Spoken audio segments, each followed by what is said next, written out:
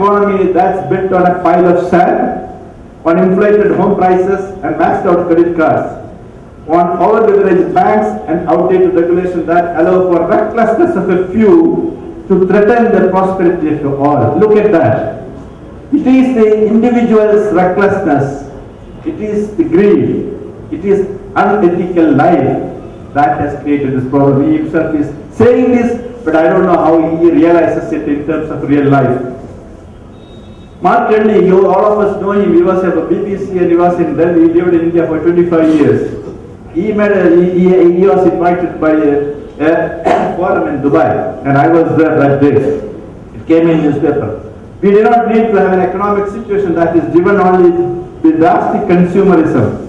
The market culture we have grown into has become grossly materialistic, but there is higher goals in life than buying a motor car. I think it's well said. How far people realize it, we don't know. And there are some more. Peter Steinberg was finance minister of Germany at that time. This is the end of America as a financial superpower. Rafael Correa was the president of Al-Qaeda. The US economic model is terminally ill. Again, New York Times, Anglo-American capitalism was on trial. It created a culture of gambling. Joseph Stiglitz is the Nobel Prize winner. He has written a beautiful book after this crisis called The Price of Inequality. I request and encourage all of you to read it. It's a beautiful book. How the American capitalist system has ruined that country and ruined the people. The name of the book is Price of Inequality. He is a Nobel laureate economist. The society has the right to constrain individual freedom when it threatens to harm the others. This is something from a capitalist man saying it is very strange. The fundamental theory of capitalism is government should not touch an individual. As long as there is market demand, he can run a business, he can make money and go home. But now they are saying the society has a right to constrain individual freedom when it threatens to harm others. Peter Steinberg was the finance minister of Germany, and I don't want to read all that. Just read the last one. In the past, American officials traveled to India, Brazil, China and South Africa and lectured government officials on the need for open markets, free trade and deregulation. But now, some of those very policies, particularly deregulation, are viewed as the culprits for recent economic collapses. The realization is there, but I don't know how far it got to the head. See, Alan Greenspan, he was the chief of chairman of the Federal Reserve under George Bush. He was called by the Congress to testify on this crisis. And this is what he said. And this was one of the biggest stories. I don't know whether you people have seen it in all the American and the state newspaper and television. That how come Alan Greenspan can say this? Yes, I have found a flaw. I don't know how significant our permanent is, but I have been very distrusted. I have been going for 40 years or more with very considerable evidence that it was working exceptionally well. But those of us who have looked into the self-interest of corporate to promote the capital system are in the state of shocked disbelief. So this is their own people saying, probably this is the last one, and this is where we are relevant today. And this was said by the former Secretary of Labour. He's an economist as well. He's still very active in the social circle. He says that if there is anyone out there who has a better idea, I'm sure the world will love to hear it. This is a challenge to Muslims. I'm telling you, this is a challenge to us to tell the world there is an alternative. People want it. I just remember, just an incident, if you look at the Prophet's hijrah to Medina, Medina people welcomed him in wholeheartedly. Ya Nabi, Salam Alaikum, you all know that. Not because people in Medina, those tribes, Jewish tribes, have learned fully about Islam. Not because they were all believers that time. Simply because there was God created a reason for it. That time, the two tribes of Medina, where I know there are scholars here, I don't want to be saying this in authentic, but this is the history. Two tribes are fighting each other. They want to somehow stop it and settle it. They heard that this person, Muhammad, is an honest man, Lameen, and probably he can solve our problem. So they wanted to when they he said they wanted to their chiefs wanted to welcome him. They were invited. So Allah has created a reason there for Islam, more Prophet Muhammad to go there and establish the religion in its entirety. I'm telling you, we have a God-given reason here for us to talk about Islamic economics and alternative system to the world. If you don't do it, we miss the opportunity. Unfortunately, we have a lot of problem in ourselves. For example, yesterday's fire and killing in France, those kind of things don't help us. But please understand that that's only a few and a very, very small minority. People in the West, they are looking for alternatives. People around the world, they are looking for alternatives. It is for us, first of all, to understand, learn and understand. Then go and tell people, yes, we have an alternative. This Robert Reed, this is what he's saying. If there is anyone out there who has a better idea, I'm sure the world will love to hear about it. This is what Karl Marx said long back. Owners of capital will stimulate working class to buy more and more of expensive goods, houses and technology, pushing them to take more and more expensive credits until their debt becomes unbearable. He said it in 1 century back.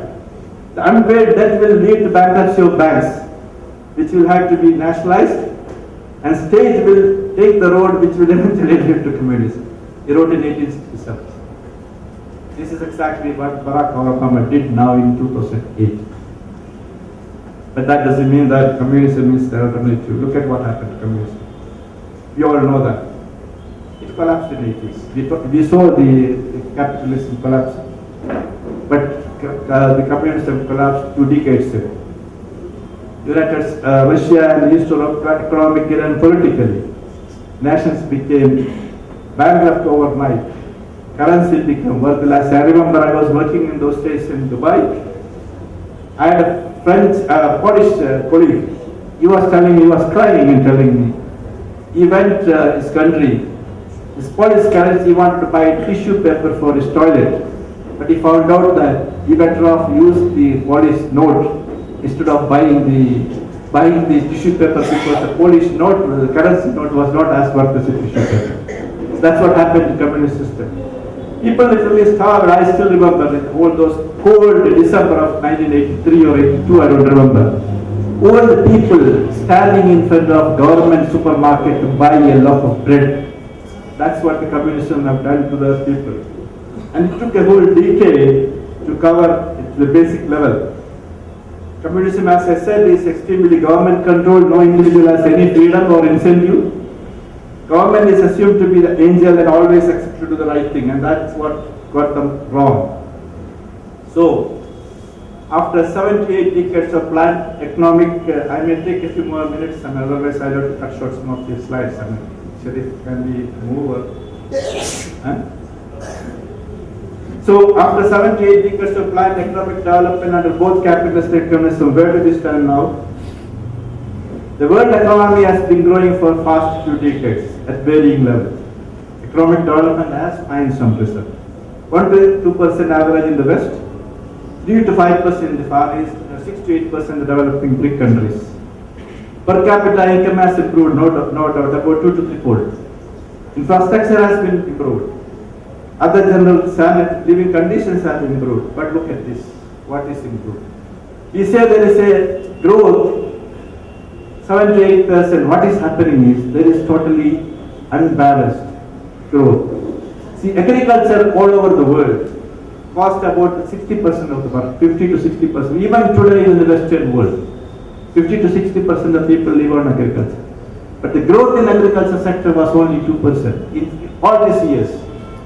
Manufacturing, mining, where another sector where more people are employed and living, depending on living, 2 to 3%. Service industry, only 5% these people are engaged there, but the growth was 50 to 20%. I know some of your IT people, you will be belonging to that. Similarly, retailing, only 5% people, but 6 to 7%. If you look at it, about 80% of people's growth was only 2 to 3%. Even though we say the GDP growth is 78%, that is not reality. There was a great imbalance between the sectors, between the people. That's why the disparity is going up and up. Look at this. 60% of the world wealth is in the hands of 20% of the people. 80% of the world energy is consumed by rich West. You know, in America, average, they take 10 barrels oil per annum, 10 barrels of oil per annum per individual. When in China, it's 0.9, in India, 0.7. So look at it, 10 times more they are consuming. 60% of the world bank credit is available by only 20% rich. You know that. If you go, a poor man go to the bank, he doesn't get money. But a big corporate goes, they are most welcome. Even internationally, not worldwide, 65% of the credit is only enjoyed by 25% of the rich people. 50% of the world population lives less than $2 a day, even after 70 years of planning and development. In the United States, 20% of the national income goes to 1% of the population. The world sees 5% of the national income goes to 0.1% of the population. That's a disparity of 500 times, 1 for 500. In India, 40% live below poverty line and less than 6,000 rupees per year. Whereas Asim Premji and Ambani filed tax return of 10 crores a year. I think this is 3 years back, probably today it's much more than that. You people know it better than me. Even in the United States, 13% of the people live below the poverty line. There, the average income of a CEO is 300 times of the hourly worker. According to UN refugee report, 75 million people have become homeless. 60 million people are refugees because of the war and the natural calamities. According to UNICEF, 12 million children below 5 years dies every year due to non-available life-saving medicine. 1.3 billion out of the 5 billion people in the world do not have enough water to drink.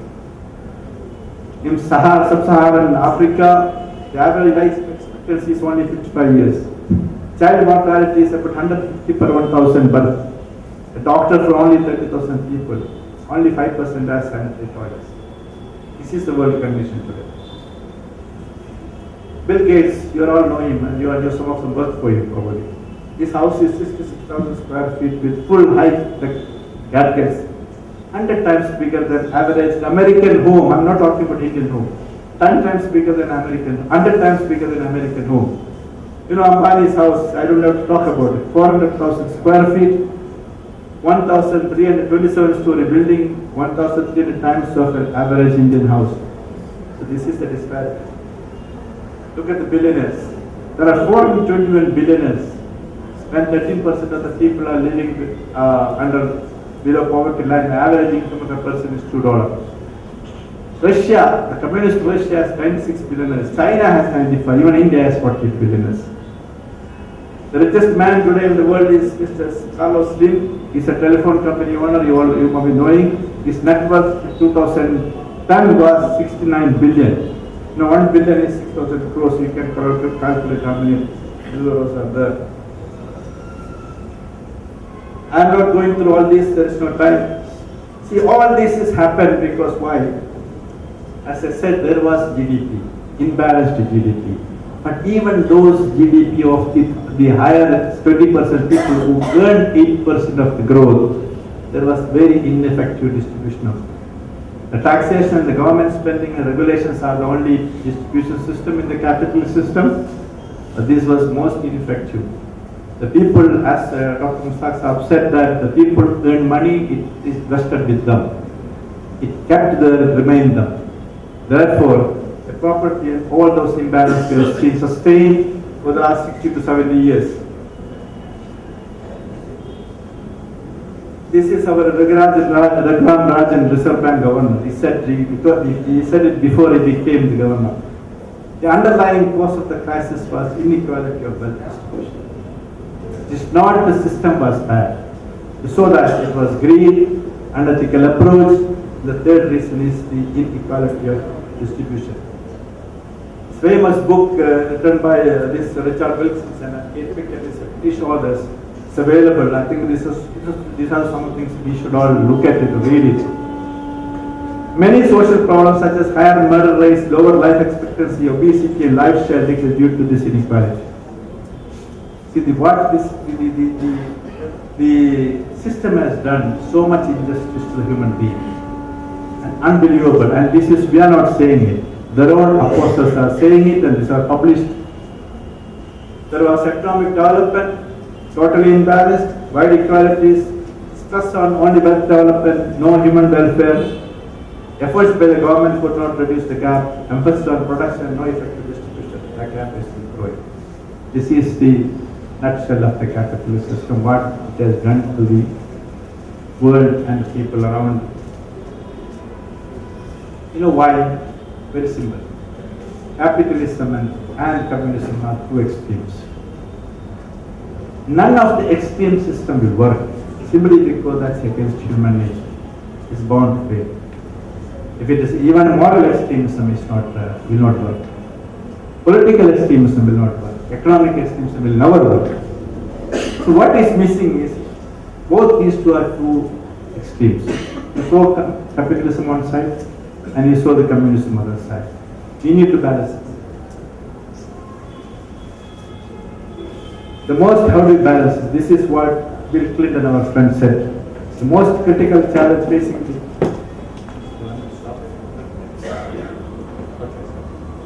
so I didn't start anything. It is 5 minutes, I think I need to go to our subject now. So I don't want to, I may need another 10 minutes, 12 minutes.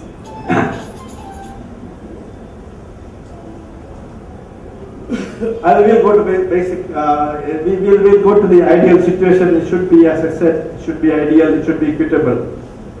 So as I said, it has to be human factor. So what is the human being? Human being is an integrated whole. It has not only material, it has temporal, moral, body and soul, individual and society, creator and creatures, here and hereafter. Unless we delicately balance all this based on value, this balancing between the extremes will not happen. We need a set of rules. That has to be eternal, and we need to know beyond the human knowledge realm. It has to be divided. The system has to be divided. It is there. Definitely it is there. Simply because almost 100 people we believe in some sort of a God. God is kind to his creature, and he did not leave without guidelines. All scriptures and prophets are testimonials of those guidelines. It's always updated the scriptures and prophets made it evergreen. Muslims believe that Islam is the latest version of this system, and part of the faith is to respect previous versions.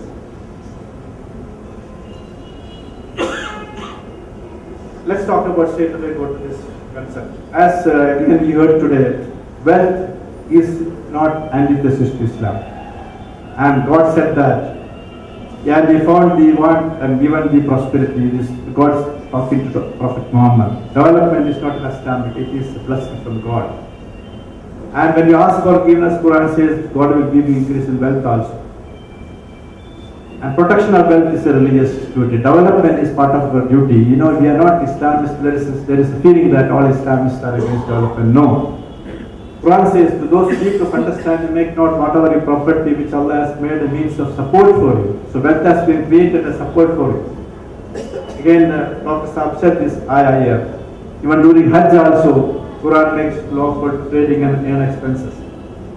See, many of the Islamic actually substantiate this view. Many of the Prophet's companions were rich traders. Uthman bin Affan, Abdurrahman bin Auf.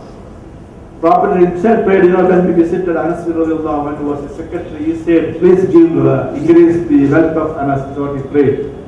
Imam Abu Hanifa was one of the richest traders. So wealth and development is not against Islam. On the other hand, Prophet was worried about poverty. He asked his followers to do something further higher in the renders rather than dying with debts. You know, Umar refused to punish the thief when he realized that the thief was committed due to hunger. So, creating wealth, making development is not against Islam. But Islam put some condition. It should not be detrimental to either individual or to society. That is why it has prohibited few of the things. Key market, I'm just rushing it because of time. I wish I had some more time. There are few concepts in economic development. Free market, for example, Islam is never against free market. The market force, even before Keynes put together his theory, Islam had force in Medina, one of the best developed free market.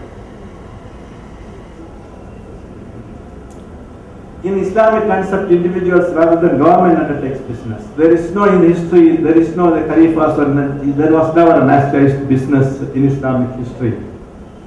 Prophet said, the honest businessman will be resurrected on the day of judgment and the Prophet's most faithful martyrs. That shows how much encouragement Islam gives for wealth creation and business. There are few things which prohibited Islam, and as part of the, while agreeing for the free market trading, it has banned a few things. Cheating and weighting measures is one of the quality control we are talking about. This most important thing. Prophet said, "You whom God has made an administrator over the affair of the people remains indifferent to their needs and their poverty. God will also be indifferent to theirs in the hereafter." The government has a very big role to play in Islamic system to make this happen. So this is the Islamic way of regulating the economic development. I said the balancing between the free market and the controlled economy. Islam, if you look at all the Khalifas, all the books written on Islamic, one says that all the essentials, food, shelter and clothes, all the Islamic government, the Caliph, made sure that their citizens got it through regulations. So in Islamic development model, all these essentials are fully regulated. When it comes to comforts, it is partially regulated. When it's luxury, it is an open market. And this is the only way it works, because unless the poor man, the disabled, not only those poor factories or producers are protected for the essential goods, there will not be justice in the society. So this is the basic form of Islamic market intervention. Private ownership, Islam allows it, but it can be revoked to the government under certain conditions, especially for public good. In Khalifa Umar has taken over a lot of private properties for public purposes.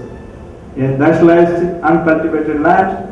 He has taken land for the public services, but Islam basically accepts the private ownership. As again was said here today, it only trusteeship, no ownership.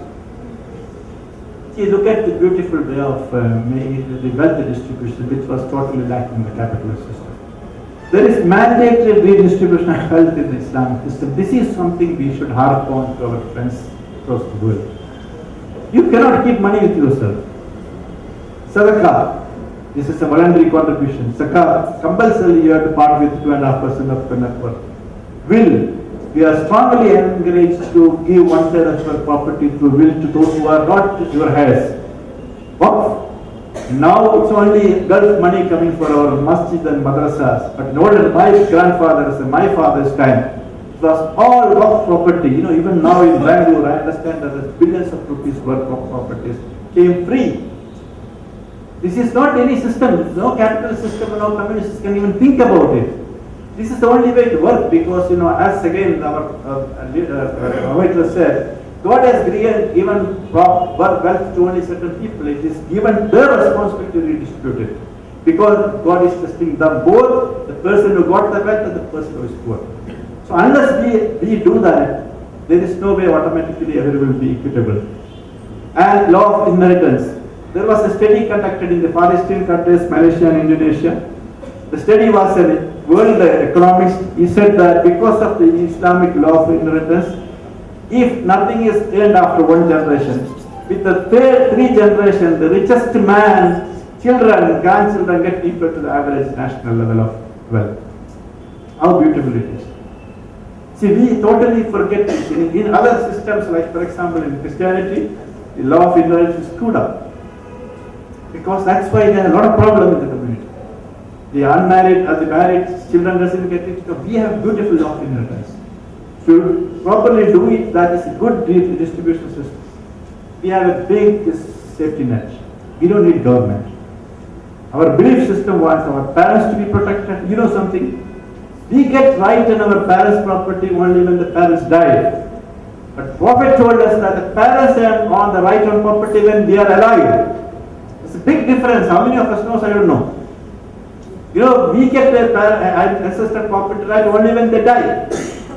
Our father and mother has the right on it when they live and when we live. This is the difference. Our neighbors. How many hadiths are there, and if you are not protecting your neighbors, what would your salah has no value? Orphans, hundreds of ayahs there, hadiths are there, destitutes, refugees, and all this has a right. It is not as a favor we are doing them. So look at the safety net. Look at the previous slide, the distribution. If these two are done, all the 15 slides I showed you on the big disparity between the income and the wealth will be gone automatically.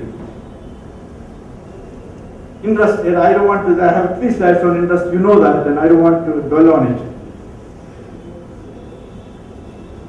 It is not interest, the one thing I am sure of most of you, it is not Islam alone was banned interest. All the known religions are banned it. See, these are a few, 2-3 more issues, and I will stop it. One of the most touchy subjects in the economic development is the labor relation. We have one of the most beautiful labor relations, system in Islam. Islam does not allow classes. There should be fairness and justice in dealing. You know, in employer and employee are two equal parties of the labor contract. Both has equal responsibility in honoring the terms. Only because they are labor, we cannot say that we have some excuse. No.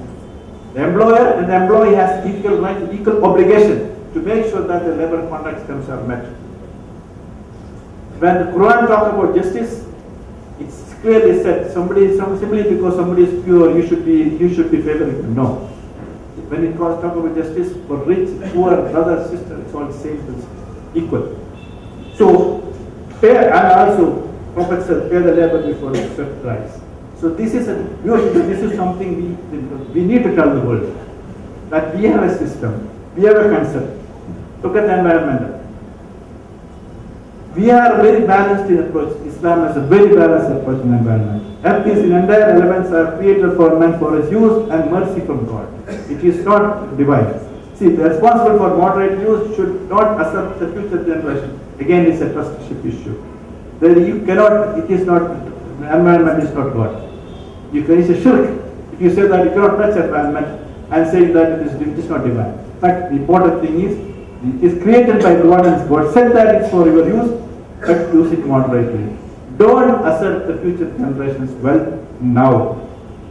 This is what Albert Einstein said. Science divine is like a lame person, while divinity without scientific temper is like a dumb.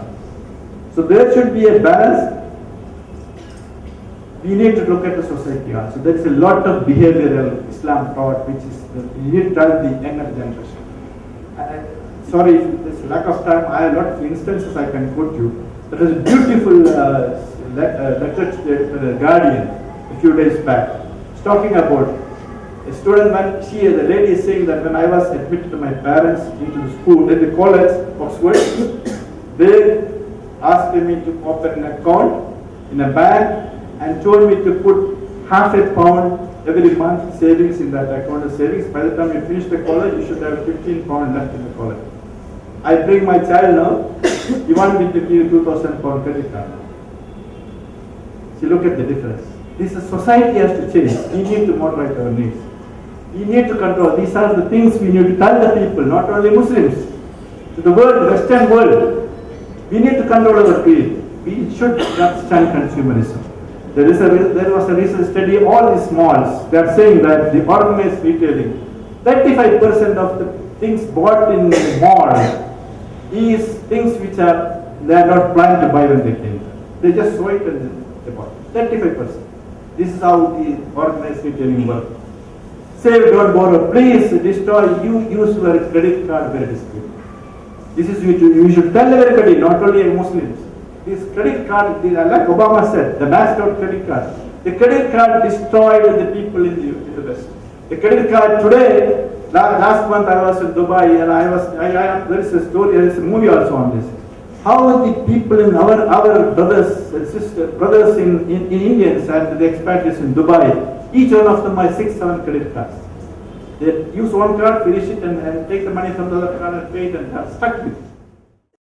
If you talk of this is the moral, ethical, religious value, they will listen. Even in the West, in spite of all that bad things, they say 75% of them are believers. So it is possible. I'm sorry I took more time than you gave me, but I think it's a big subject. Again, as I said, I'm trying to learn it. It's very, probably for a big scholar and expert, it's easy for to condense the percentage into less number of minutes and all. But since I'm just still learning this, probably it took some more time. I'm sorry for that. And thank you for listening. And thank you that may Allah accept it as Amal Salih, what I said and what you heard. Assalamu alaikum.